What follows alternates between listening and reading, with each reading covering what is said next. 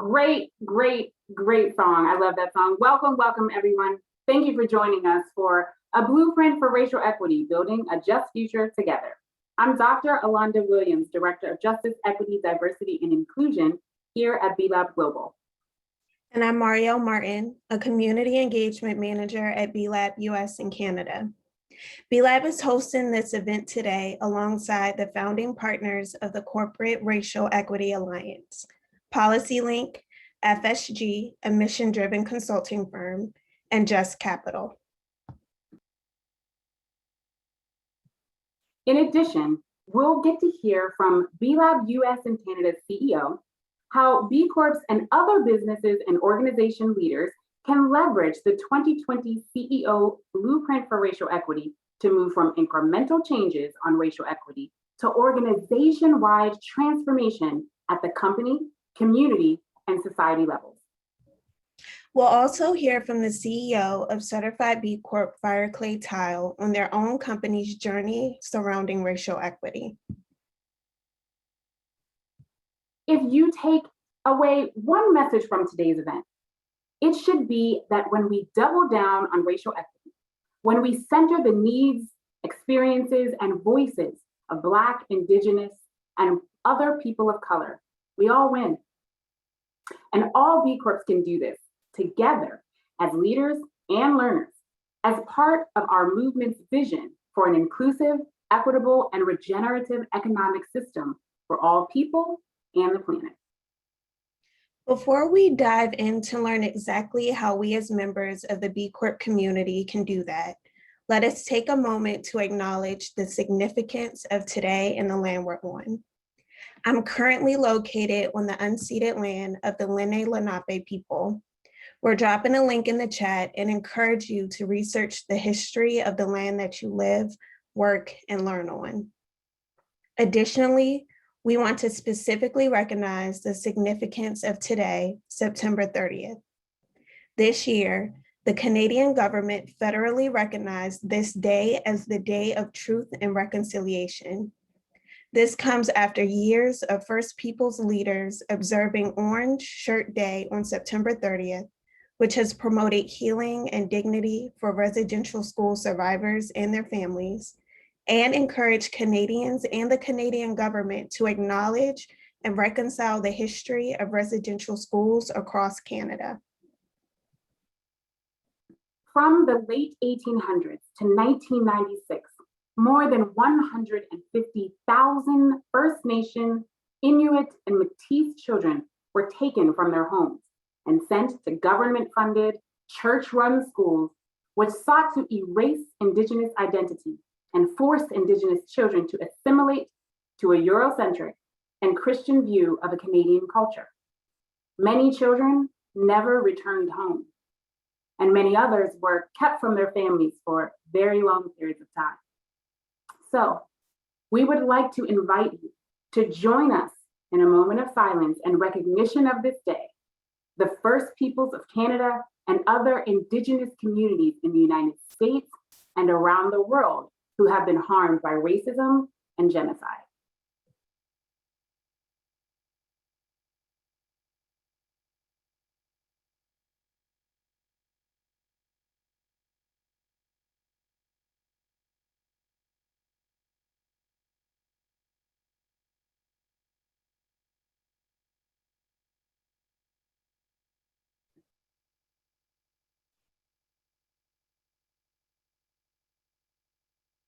Thank you. As we begin our programming, we want to invite you to submit questions for each of our speakers throughout the event by selecting the questions and answer icon. We'll be covering those questions live at the end of the event.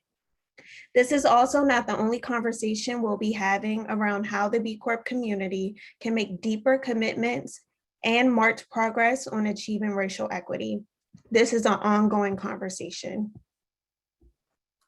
We're recording today's event and we'll share out that recording as well as any other resources we cover in a follow-up email.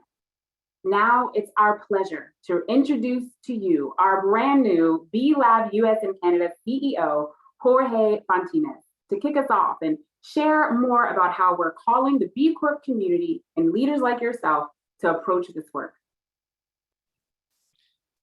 Thank you so much, Ellonda and Madi, for representing B Lab US in Canada.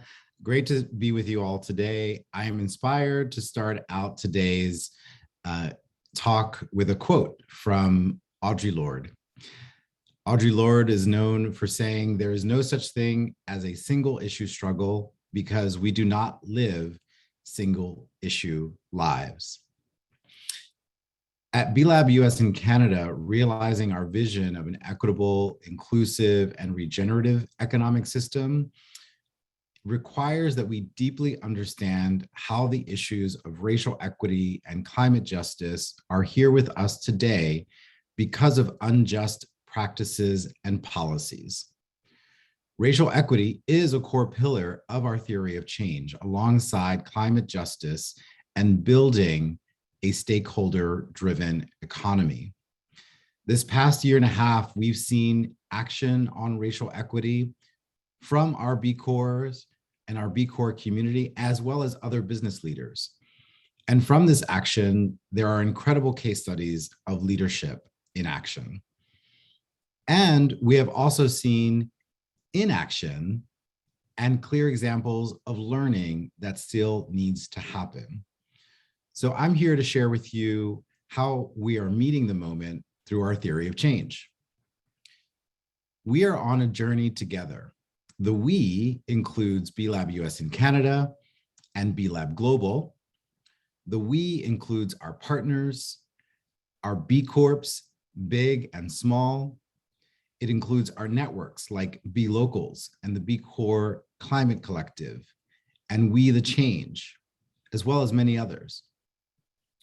The we includes business leaders who aren't yet involved in the B community. Our current tools support us on this journey, from our B impact assessment through certification. And for us to do this work with authenticity and transparency, we also have to recognize that long before B Lab leaned into this journey, justice, equity, diversity, and inclusion, what we call JEDI, leaders in the community were already championing and calling upon B Lab, B Corps, and the business community at large to engage in this work. And we thank you. We emphasize continuous improvement also in our work and on our journey, because we know that there are more opportunities for us to make progress on our commitments.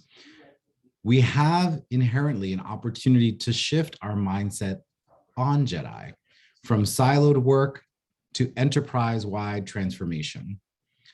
The blueprint, which we're digging into today, is just one entry point to approaching this.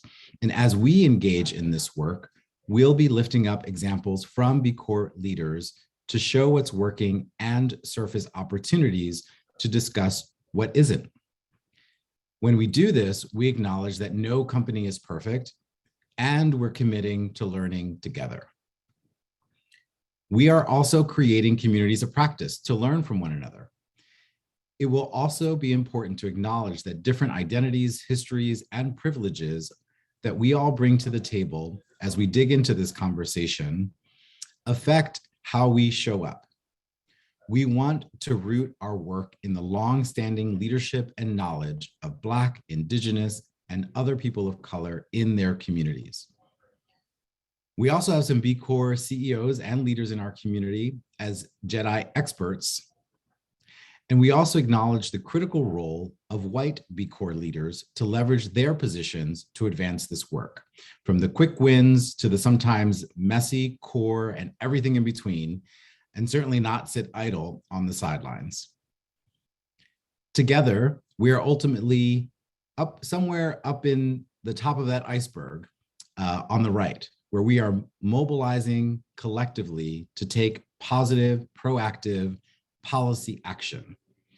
We must all go deeper on this work to set us up for what B Corps are in the prime position to do, to deepen our understanding of the issues, to prepare us to act collectively on racial equity issues that are bigger than any one business in the community. We must bring that same urgency that this community has for climate justice and stakeholder-driven leadership to demonstrate what it looks like to build anti-racist companies from the inside and out. We're so grateful to be doing this work alongside our partners at the Corporate Racial Equity Alliance, led by PolicyLink, FSG, and Just Capital. And with that, I'll hand it over to Mahlet Getachew from PolicyLink to set us all up for going deeper on this journey together. Thank you, Jorge. Hello, everyone. It's so great to be with you all today to share more about the CEO blueprint for racial equity and how we can and must work together to address one of the most pressing issues in our society. We can actually go back to the first slide. First, I want to start with my appreciation for all of you. We at PolicyLink, FSG, and Just Capital have a great deal of gratitude for B Lab and the B Corp community and movement for being out front in the business community and continually pushing on what it really means to use business as a force for good. Our partnership with B Lab Global and B Lab US in Canada is a critical part of how we know we will succeed in redefining what it means to operate businesses sustainably and equitably. So thank you so much for having us. As Jorge mentioned, my name is Mahlet Getachew, and I'm the Managing Director of Corporate Racial Equity at PolicyLink. For those of you that do not know PolicyLink, we're a national research and action institute based in Oakland, California, devoted to advancing racial and economic equity in America. And we've been doing this work for over 2 decades, really to remake our social and economic systems to work for all of us, not just for some of us. And our partners in the CEO blueprint that you'll be hearing more about today are FSG and Just Capital. Just Capital is a leading organization evaluating companies on stakeholder capitalism. Like us, they believe the world needs more just companies, companies that believe in fair pay, create good jobs, and understand the value of strong communities. Just Capital measures and ranks companies on these issues so that we can then act on that knowledge. And we're also partnering here today with FSG, a mission-driven consulting firm guiding business and foundation leaders in creating large-scale, lasting social change. With over 2 decades of experience, FSG supports leaders in creating strategies, implementing action plans, and evaluating their organization's progress toward meaningful social impact. Together, we founded the Corporate Racial Equity Alliance to support the evolution of anti-racist, equitable corporations that can effectively contribute to building a just, equitable, and healthy nation for all of us. That is our vision. And our mission is to ignite the racial equity movement more broadly and deeply in corporate America with strategic guidance for business leaders like the CEO Blueprint for Racial Equity, and by developing robust corporate performance standards for racial equity, which we'll share a little bit about today as well. Before we get into the blueprint, we're going to talk a little bit about why this work is so important and where we see companies at. First, I want to talk about what we mean by equity. Equity is the just and fair inclusion into a society in which all of us, not just certain groups, but all of us can participate, prosper, and reach our full potential. Racial equity is when race or ethnicity for the global audience has no influence on how one fares in society. It means the absence of discrimination based on race or ethnicity. It also means the presence of values and systems that ensure fairness and justice for all people. This is our guiding ethos in our work, and equity is how we know we can unlock so much potential in our society, especially in business. Now, how we achieve racial equity is an extremely complex and challenging subject, and even more so in the context of the role businesses can play, but it is a profound topic for all of us.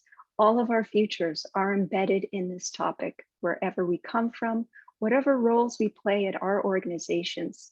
And through the CEO Blueprint, our hope is that everyone comes to see equity as a part of their roles at work. But our theory of change is even bigger than that. Right now, there are about 100 million people in America living at or near poverty. That's 1 in 3 of us, most of whom are people of color. The 100 million also includes about 48 million poor white people, also caught up in the structural barriers that have been holding back people of color for centuries. We believe that to achieve an equitable nation and globe, corporations must take action to improve the lives of the most economically insecure. Civil society and government, we can't do it alone. If companies can meaningfully advance racial equity within and beyond their 4 walls, we will go a long way towards addressing the barriers hampering economic opportunity for all. Now, I want to share with you 3 powerful gifts we have before us to really accelerate meaningful change. The first is that America's face is changing. By 2050, if not sooner, people of color will be the majority. Our rising racial and ethnic diversity is a tremendous asset, if only everyone can access what they need to thrive. If the opposite happens and economic conditions do not improve among people of color, a larger and larger share of the population will struggle to make ends meet. And such widespread economic insecurity is unsustainable, and it threatens the stability of our markets. In fact, according to the National Equity Atlas, racial gaps in income and employment cost America over $2 trillion in 2018 alone. And the trillions in losses keep stacking up every year. That's huge. It's a huge missed opportunity. And businesses have a critical role to play here in ensuring that all the talent across our nation has the opportunity to contribute meaningfully and thrive. Now, I speak about the all because equity, it's about all of us. We often find that business leaders still believe in, or they're worried that racial equity is a zero-sum game. In fact, there's an ingrained societal suspicion that intentionally supporting one group hurts another. But we know, as the next slide shows, and research demonstrates, that focusing on the most vulnerable often creates outsized benefits for all of us. This is known as the curb cut effect. When we design the circumstances that allow those who have been left behind to participate and contribute fully, everyone wins. That's what the quote here embodies, and that is the ultimate goal of our work through the blueprint. Another powerful gift is that our priorities are also changing. Now more than ever, business leaders are seen as civic leaders, workers, customers, communities, investors. We all want business leaders to do more on racial and economic equity. And this is data from the latest Edelman Trust Barometer. Based on their global study, 86% of respondents agree that CEOs must lead on societal issues.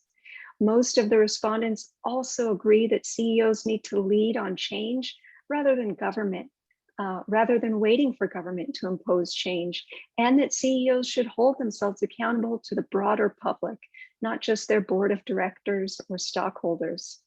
Now zeroing in on the US, here's powerful polling data from Just Capital. 95% of Black Americans and 79% of Americans overall believe it's important for companies to promote racial diversity and equity in the workplace. And 83% of Black Americans and 64% of Americans overall say companies have much more work to do to achieve racial equity. Those are your core workers and teammates who feel that way. It's incredibly powerful. And now for the third gift, the business community has unparalleled resources and skills right within reach to bring about racial and economic equity that we all want. As you see here, on an annual basis, the private sector has 22 trillion in resources annually, a tiny fraction in the nonprofit sector and in government. On top of that, business leaders possess unique skills to shift our legal and regulatory frameworks to their will. When CEOs speak, we know, whether it's with their dollars or their voices, our politicians and lawmakers invariably listen. And those skills, in addition to the resources, ably directed and wielded, could really unlock the public policy wins we need to achieve racial and economic equity. But this isn't just saying that business leaders need to solve all our issues and pay for everything, but this shows just in stark relief that there are untapped resources available in the private sector that can and ought to be deployed in more equitable and productive ways for all of us. And finally, I want to leave you with another way at looking at all the strengths of businesses. Now, what we've seen over the last year is so historic. The private sector is now the leading funder of racial justice efforts with $200 billion in commitments. Yet for all this activity, deeply transformational system-wide efforts have yet to come out. Part of the problem is that we're not thinking about all the ways in which companies influence our lives every day. And this framework makes me so excited about the possibilities for profound change. These are all the ways in which we can now think about how companies have an opportunity to drive equity as a wealth creator, cultural influencer, and an investor. As you'll learn today, the blueprint taps into the ways companies can pull all of these levers to help ensure that the good intention, the energy, and all the resources in the private sector goes toward deeply transformational work and not simply more tinkering around the edges. So as you listen today, ask yourself, do I really know the impact of our products, policies, and practices on people of color and low-income communities? Am I tapping into all of my strengths and my organization's strengths to advance racial equity? How do I need to lead right now and beyond? And with that, I'd like to turn it over to my Just Capital colleague, Kelley-Frances, to walk us through where we see companies right now. Thank you, Mahlet. Very glad to be here today representing Just Capital, where I'm a senior manager of programs and engagement. And the first thing that I want to speak about is the corporate racial equity tracker that we at Just Capital developed and then released of April of this year that we created to help the public, consumers, and investors understand how companies are actually using that influence and resources that Mahlet so clearly showed us to really advance racial equity. The tracker uses publicly disclosed information to measure what the 100 largest publicly traded employers in the United States are doing to address longstanding racial inequities. It uses 22 metrics across 6 different dimensions that are divided into 2 categories. Actions, which are disclosures that signal progress, accountability, and real improvement by companies, as well as commitments, which signal promises made and the importance of something to a company. Here on this slide, we have a tree map of all 22 data points in the tracker, and it reveals one of the high-level findings from this work. Large companies, as measured by U.S. employment size, are highly likely to disclose commitments, but they are far less likely to report out on corporate actions that in part illuminate the state of their actual performance. As you can see here, the blocks labeled C for commitment generally tend to be much larger in size, or in other words, have more disclosure from companies than those labeled A for action. And that's one of the reasons that the CEO Blueprint for Racial Equity is so important, because it really highlights how company leaders can move their companies towards making progress and having an impact, the A on this tree chart. So we can move to the next slide. The blueprint highlights actions companies can take across 3 different domains: the company itself, its surrounding community, and the wider society. These domains recognize the systemic, wide-ranging reality of racial inequity, while also reinforcing the notion that corporations must center equity throughout their business. And so when we look within the company domain, the actions that are elevated within the blueprint have a few themes: accountability through governance, having an actively anti-racist set of HR policies and practices, being willing to elevate worker power and voice so that it is substantive and not performative, and recognizing that racial equity must be built in to core business practice. It is about a racial equity lens and an embedded approach to racial equity, not a siloed DEI-based approach.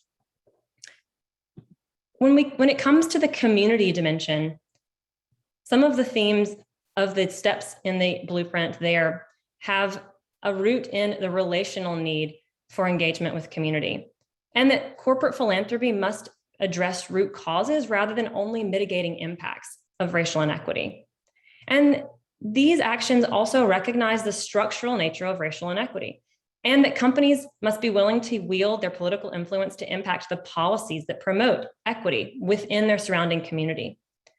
And finally, the community actions of the blueprint again reinforce the importance of bringing that broader racial equity lens across a company's community impacts by elevating the reality that, for example, communities of color are disproportionately impacted by environmental harms.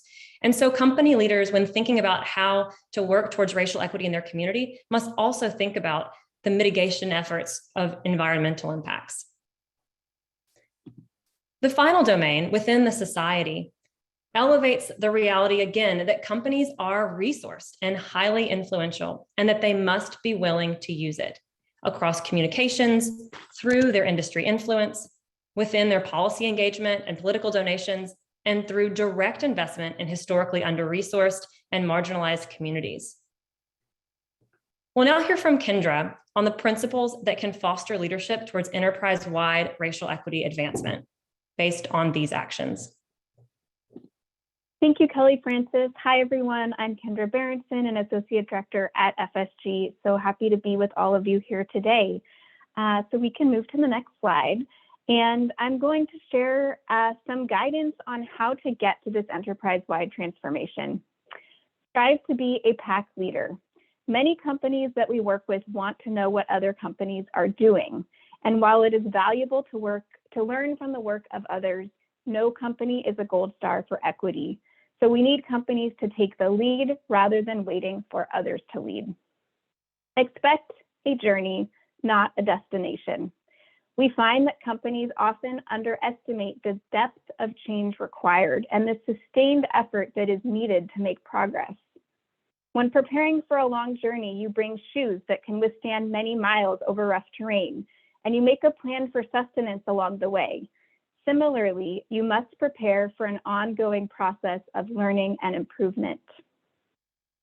Center those who have been harmed by racism. Use data to help you understand who has been most impacted by racism within your company and within your community and society at large.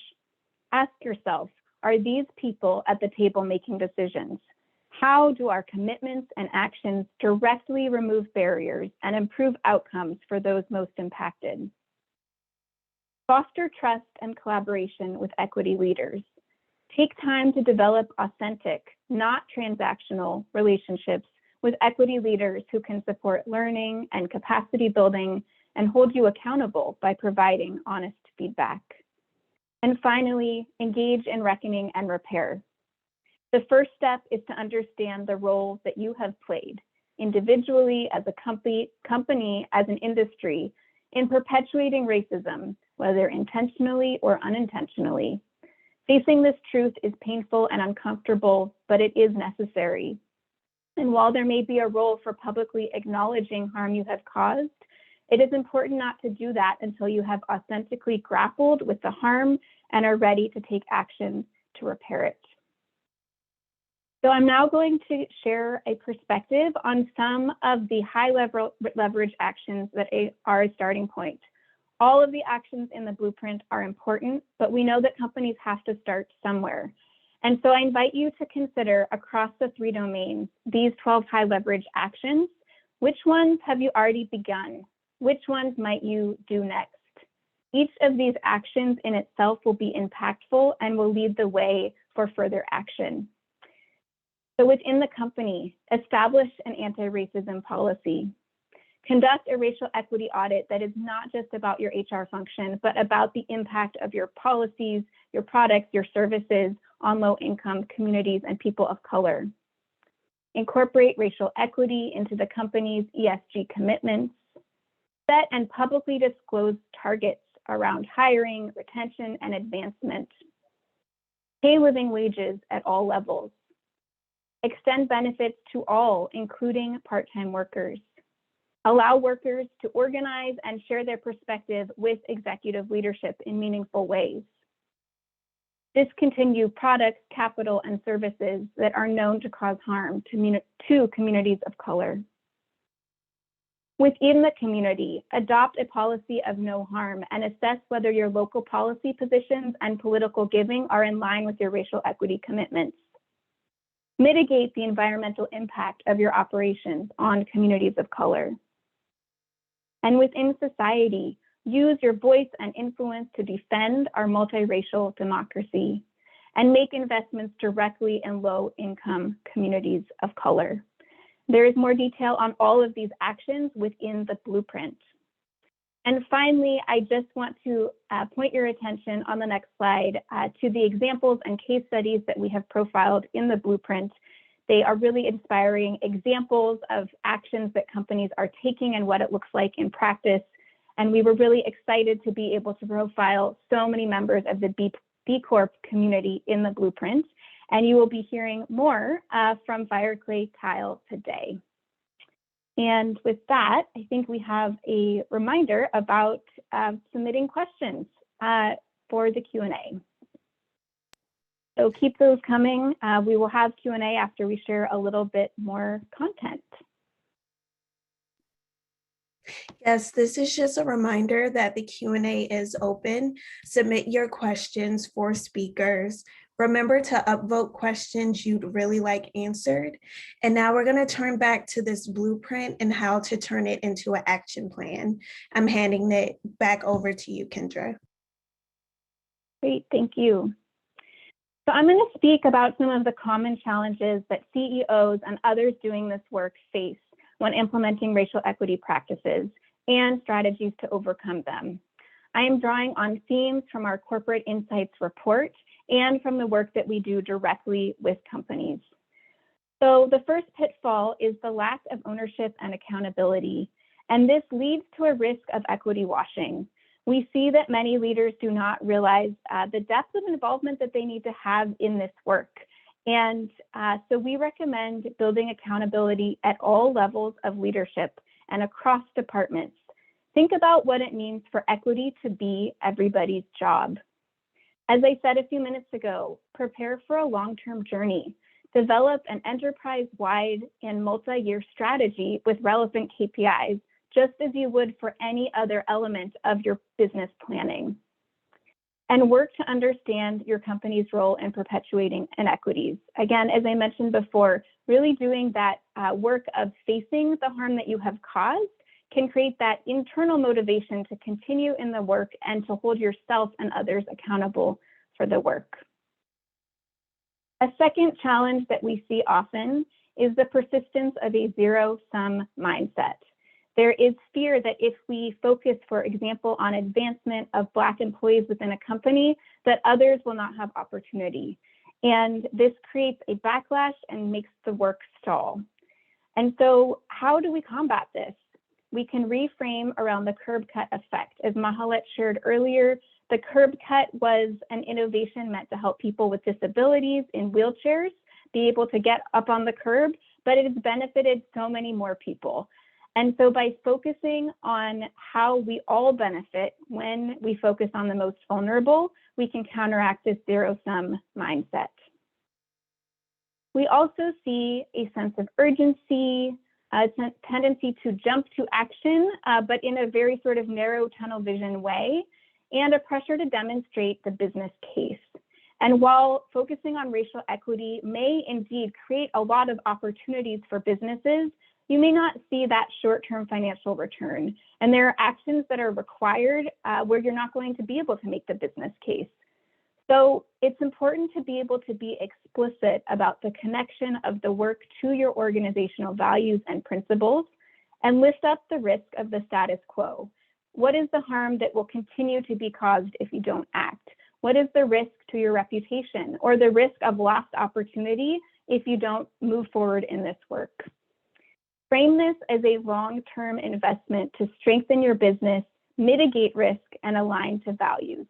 And take time to operationalize racial equity to achieve lasting change. Another challenge that we hear about a lot is a feeling of overwhelm, that this is just one more thing that we're adding to our plate that we have to focus on, or worry that this will require significant financial costs. We want to emphasize that this is not about flashy initiatives or large departments. We need leaders who are willing and able to prioritize equity, who can apply an equity lens on a day-to-day basis by asking questions like who benefits, who decides, who owns, who pays, who leads and governs, who is missing, is anyone harmed? Another challenge that we see, or a pitfall, is the failure to address white dominant culture thoughtfully. Examples of white dominant culture are fear of open conflict or the belief that there is only one right way to do things. I heard a great story from a company this week who had a company-wide conversation about white dominant culture and then took a survey to identify what are the elements of white dominant culture that are most pervasive in the company.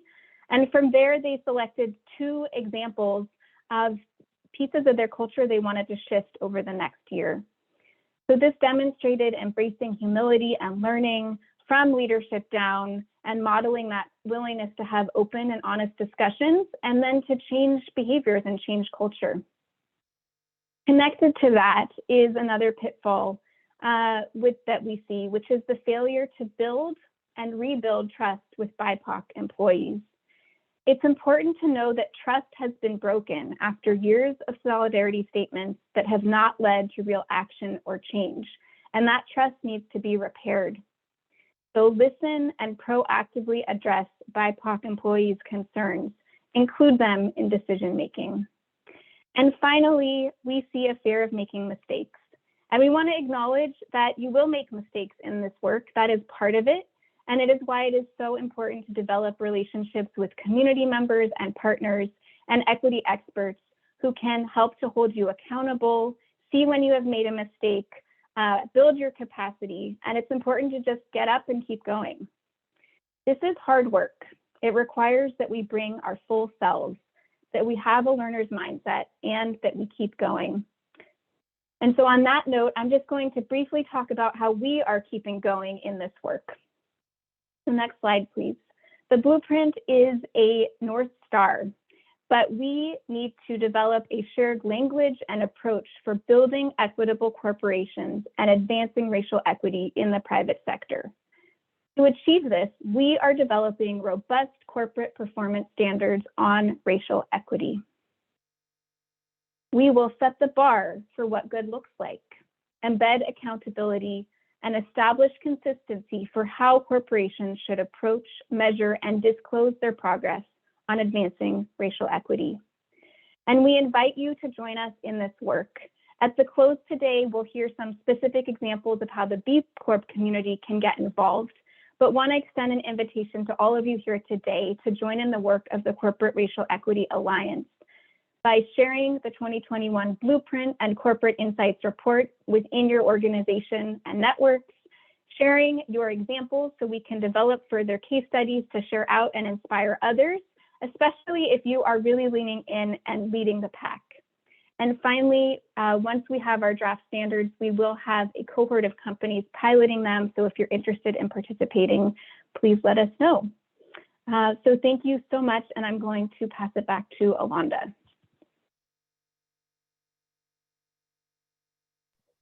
Great. Oh, thank you so much. Thank you so much, Mahlet, Kendra, Kelley-Frances. I think so many companies will resonate. We've got so many questions coming in through the chat. We're trying to respond and kind of tag team them, keep them coming because we're going to have some Q&A and we can address some of these live. So thank you for those coming in. Companies are going to resonate with these challenges and opportunities to shift their mindset, really, because that's really what it is. You have to shift your mindset first before you can shift into that action. So we already see some great questions as we mentioned, but first we're going to take some time to hear from one of our B Corp leaders. Just one example, right? Just one among thousands of what it can look like to move beyond incremental change and move into action. So we're going to invite Eric Edelson, the CEO of Fireclay Tile, and he's going to join us to share a candid look into his own journey of Fireclay's anti-racism work. But before we hear from Eric, I'd like to elevate, right? I've seen some questions in the chat. Historically, people of color are at the helm of racial equity work, right? That is the history. But we've also seen how we are shifting expectations and how the world is looking is currently shifting, as Mahlet has mentioned to us. And so we understand that siblings in this fight for racial equity can look different, right? Allies for racial equity can come from any background, ethnicity, cultural experiences and lived experiences, because coming together is truly how we're going to be able to have some cultural exchange, understand perspectives, and be able to move toward real systemic change. Doing the work means listening and unlearning and seeking out perspectives that are different than your own. As mentioned by Jorge earlier, perspectives create innovation and change, and they're very, very important when it comes to who is making the decision. All B Corp leaders have not only a part to play in these systems, but dare I say, an obligation to put people first and embrace both commonality and difference. Ignorance can lead to unknowingly causing further harm or perpetuating racist and oppressive practices and policies. So I'm really excited to have these conversations and invite lots of folks to the conversation so that we can exchange and dialogue and understand some of those perspectives. Eric, thank you so much for joining us and sharing about your journey. And so I'm going to kick it over to you so we can hear more. Thanks. Thank you so much. It is truly an honor and a privilege to be here. And it is not lost on me that I am a very privileged white male speaking here today about racial equity. So I take this as a big honor and an absolute responsibility. I have the opportunity to lead the team at Fireclay Tile. We are a 200-person tile manufacturer and retailer, and I like to say we make the world's most beautiful tile. We are a certified B Corp, we're certified climate neutral, and I'm super proud that we are 30% employee owned.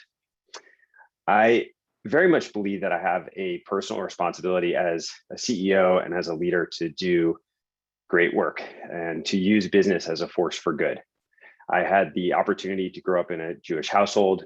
I had the opportunity to go to a high school where I learned, it was a Quaker high school. And so the values around service and community and giving back to others has always been really paramount to me. I like to say that I'm the son of a mother, the brother to 2 sisters, the father to 2 beautiful daughters, and have an amazing supportive partner in my wife.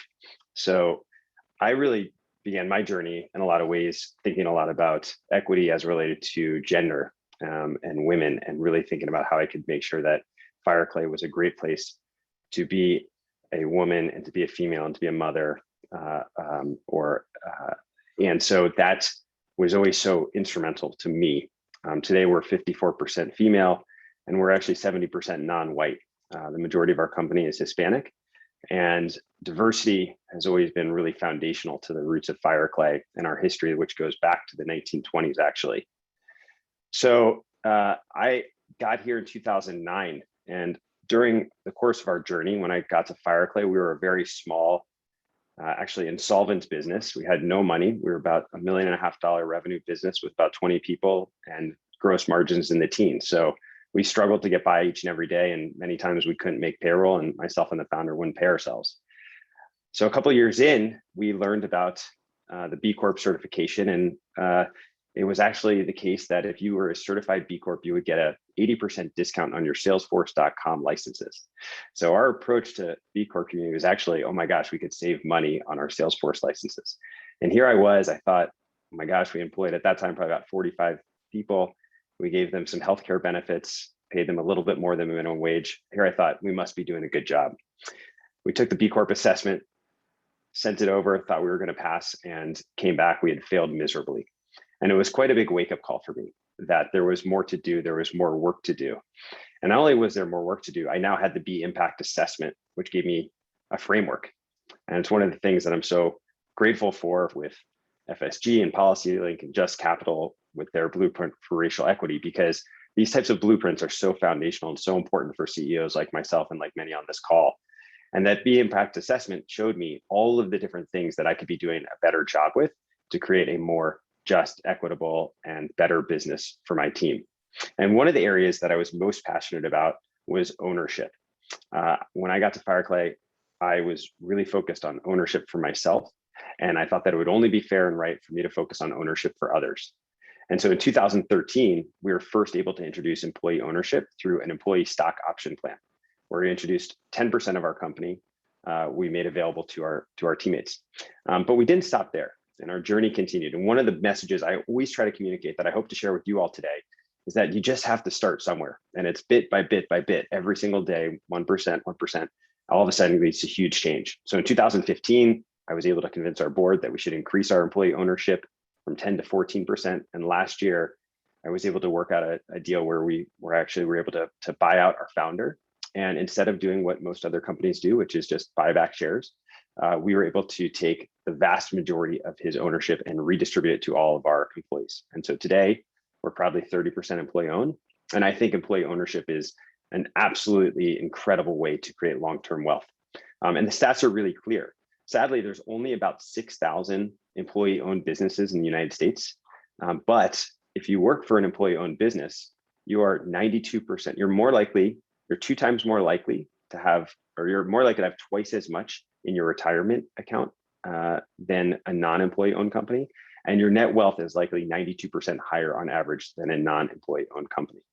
And so employee ownership, we think, is an incredible path to wealth creation, but also business success. Since we introduced employee ownership, our revenues have increased 10x, and we have incredibly excited and motivated teammates. We've also been very focused on wages.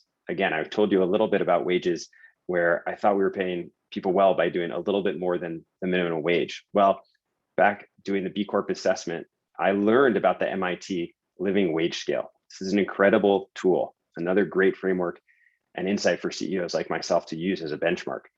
And so in 2014, we started introducing fair living wage standards at Fireclay Tile, which has allowed our starting wage to go from $9 an hour when I first got here to $13.50 in 2016 to in 2019, we were able to get it to 15. And this month we actually increased to $16 an hour. And on average, our teammates actually make more like 19. They also all participate in a bonus plan at the end of the year where we share a large amount of our profits. And then we actually, as I said, have employee ownership, which we believe is a great path to creating long-term wealth and security. We've also been really focused on gender pay. And so starting in 2015, I started doing gender pay studies at Fireclay. And last year we added to that racial equity pay. So I think for us, and this is so much of that B Corp community, it's very much been based on this belief that we have an obligation to do better, leveraging frameworks like the B Impact Assessment or the Blueprint for Racial Equity as guides and benchmarks for what we can do to be better, taking steps all along the way to find little improvements, whether in benefits, pay, ownership, so that we can do a better job and push ourselves to be a better company. And the result of this is we have a really happy team. We have a great culture. Our employee net promoter score is north of 40, which is a phenomenal score. We have great retention. We're able to recruit and attract incredible teammates. And for myself, I feel like I've been able to do a part in trying to get to a more equitable place for Fireclay and be a leader in setting an example for others and maybe giving them inspiration for how they too can change their business. But I also recognize that we are far from being at the end of this journey. We have great hopes and aspirations for Fireclay, and I want to keep challenging myself and challenging our team to do a better job each and every day along the way. So in closing, I just want to say thank you to the B Lab B Corp community. I want to say thank you to FSG, PolicyLink, Just Capital, and to all of you for joining us today to learn about how you can take your business to the next level and create a more racial equity oriented culture and mentality for your business. So thank you so much. Thank you, Eric, for sharing Fireclay Tile's journey with this community. We're going to jump into our question and answer portion of this webinar, but we won't be able to get to all of the questions that were placed in the chat that have been submitted. We will be able to answer a couple of them live. To kick off this section, we can have any speaker that joined us today answer this. And here's the question. We have lots of CEOs and C-suite on the call, but we also have a B Corp community full of employees at every level. For those employees who are facing resistance or hesitancy from their CEO, what advice would any of you have to help them get their CEO over the line and ready to do this work?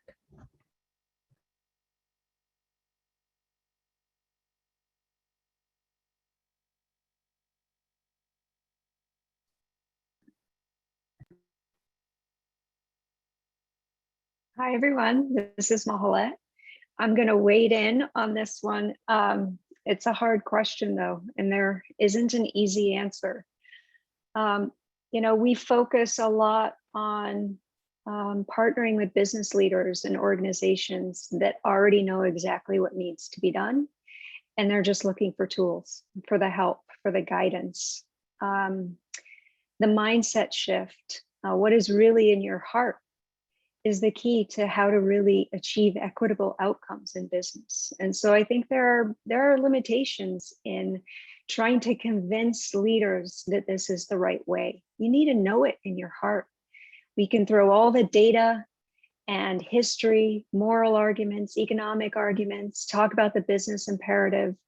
But if folks are not already moving in that direction on their own, I think sometimes our efforts are better spent in other ways, because it's very hard to bring folks along that aren't already feeling it. If the question was about leaders that really are feeling it and they want to do more and how to bring them along, I would say then, get in locked arms with your colleagues and your teammates and others that agree with you that more needs to be done, and work internally to meet with those business leaders and talk to them, share your views on what they need to do better. We see so much that workers all across the nation, more and more across all levels and organizations, are speaking up and speaking out in a big way. And I hope that continues, because business leaders need to listen to the folks within their own ranks throughout their value chain. I hope that's helpful.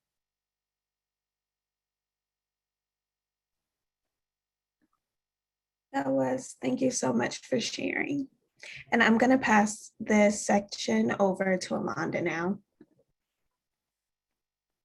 Hello. Well, I think what are we going to do now? No more questions? Let's look. Oh, we've got lots of questions. We're doing live questions, right? Okay, just making sure. We've got lots of really good questions in here. I'm going to take a look at a couple. There was one specifically that I wanted to elevate around. Hey, someone had a question in here. I'm so sorry, and I'm digging through these. You had a really great question around, two questions. There was one about Fireclay, I see that. There was one specifically around the blueprint. So this is for our blueprint friends. There's a question around what efforts were made from the group to ensure that racial equity was centered in your process. And so who was involved? Because there was a comment made around, maybe we don't always look as diverse. And so how can we ensure that this is a resource that was done in an equitable way? Thanks. Thank you, Ellonda. I'll jump in on that, and happy for my teammates to jump in as well. But I'll start off. I'm so thrilled that this question is asked, because who is at the table? Who is deciding? Those are among the most important questions in our work. So thank you first for asking this question. The Corporate Racial Equity Alliance and the Blueprint work has been led by PolicyLink, which has been in the racial equity and economic movement, really leading and building it for over 2 decades. And we know, like the link in our name, that the solutions and the actions we share in the Blueprint are rooted in what we hear from community leaders and others with lived experience throughout our work and research over the decades. And so as we've developed the Blueprint, it's based on our decades of research, in addition to the research and expertise of our partners as well. And so I thank you for that question, and know that our work is always rooted in the needs and desires and struggles of people of color, especially those within the 100 million that are still struggling economically in our nation, and that we know that we have to do better by through our efforts. Thank you. Let's see, there's another one in here I want to pop in. Mari, is that okay? All right, great. Really, really great questions in here. There's so many to keep a track of, so I'm trying to get the ones that kind of get to the crux of the questions, the concerns rather. There's an understanding that we need to center voices and marginalized voices and folks that have been traditionally marginalized are impacted by racism. Do we have any advice on potentially paying folks for this extra work? If your team is predominantly white, I could see potential harm for those who are not, for folks of color. Do we have any advice on how we approach the work in this way? Yep. Was this for oh, go ahead, Kendra, please. Yeah, happy to jump in. I think it's definitely appropriate and important to compensate people for their expertise, their time, and their leadership. So absolutely, yes, and that includes both external partners and also thinking internally within the company who may have been leading this racial equity work sort of side of desk without it being recognized that it is a part of their role and responsibility. So how to really acknowledge that and compensate for that work. Regarding the question of a burden on BIPOC team members, I think this is definitely something to be mindful of, not to assume that any individual person wants to take a particular role on a team just because of their identity. So really just listening and being open to the role that anybody would want to take. And for white team members to really take responsibility for their own ongoing learning and not always rely on BIPOC colleagues to lead the way or to educate them. There are many, many resources available to support that ongoing learning. Thank you so much, Kendra. Oh, you can't see me. I also, I encourage folks to also take into consideration, what do we mean by elevating voices? Like even go a little bit further and say, what does that mean? It doesn't always mean that we go to a person of color and say, come and give us your insight, right? And put them on kind of display in that way. There are so many resources that are available. As Kendra mentioned, part of this journey is an internal journey. Someone mentioned that in the chat. And what do we do about that? And I recommend businesses create space within the business space, right? At work, in the workday, carve space out, create intentional times for your staff to do internal work. Yes, we talk about trainings all the time, but creating a programmatic approach to understand how do we build upon these concepts so we can do some internal work for our people as well as doing some external work for our people as well. We have some questions about pay equity, right? Pay equity comes up. It is very, very at the top and the forefront of folks' minds. So I see a number of comments around there. And just in general, sharing more about pay equity, specifically Eric, some questions to Fireclay around hearing more about what racial equity pay or gender equity pay might look like. How did you achieve that and what did you do around that? I think it really depends on your company size, but for us, when we were about 100 people, I simply just started by taking all of the pay data and looking at the average pay for men and women and wanted to make sure that we were, in line. And then over time, started looking more at role and responsibility and then adding race into that as well. Initially, it was just me and I did it for the first, kind of 2 or 3 years. I then brought in, once we actually had a head of people, I brought them into the conversation and actually shared with our board. And so we do that annually now. So with a larger company, there's much more sophisticated ways, but I also think you can start at a small level and just take responsibility, look very clearly at the detail, hold yourself accountable to it.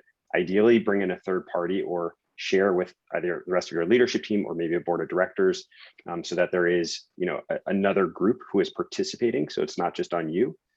But again, you can start somewhere and evolve over time. Sure. Well, thank you. I think that just about is going to wrap up our Q&A. Yell at me if I'm not right. Yeah. And so, we're going to bring Mari back and Mari's going to wrap us up. So this wraps up our question and answer section. There were a lot of questions that I know folks would want to get to, but this won't be the last time we'll have the opportunity to engage in discussion around these topics. And now we have an opportunity for you to act and keep the conversation going. In addition to the opportunities to get involved with the Corporate Racial Equity Alliance mentioned before, we also want to invite companies to download the Blueprint and CEO Insights report, pledge to read it and engage your team, and share with others in your network. And for B Corps, we're dropping a link in the chat to the Beehive. All B Corp employees can create an account using their company email if they don't already have one. And on the Beehive, we're asking for you to share your journey. What is one practice on the blueprint you're already doing or in the midst of doing? And what is something you think others can learn from? And what is one area that you could use support, advice, or collaboration on? Again, make sure to grab those links. In the chat, there's lots of resources and information, and look out for future events and opportunities to engage in the blueprint with colleagues. Thank you so much for joining. Thank you to our partners, PolicyLink, FSG, Just Capital, with the Corporate Racial Equity Alliance. Thank you to our BLab US and Canada CEO, Jorge Fontanez, and thank you for our B Corp speaker, Edelson, CEO of Fireclay Tile. Thank you to our American Sign Language interpreters. Thank you. And most importantly, thank you to the B Corp leaders who have been championing this work for so many years before now and continuing to keep us accountable.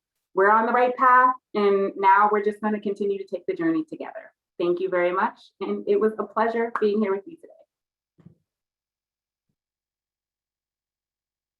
Bye, everyone.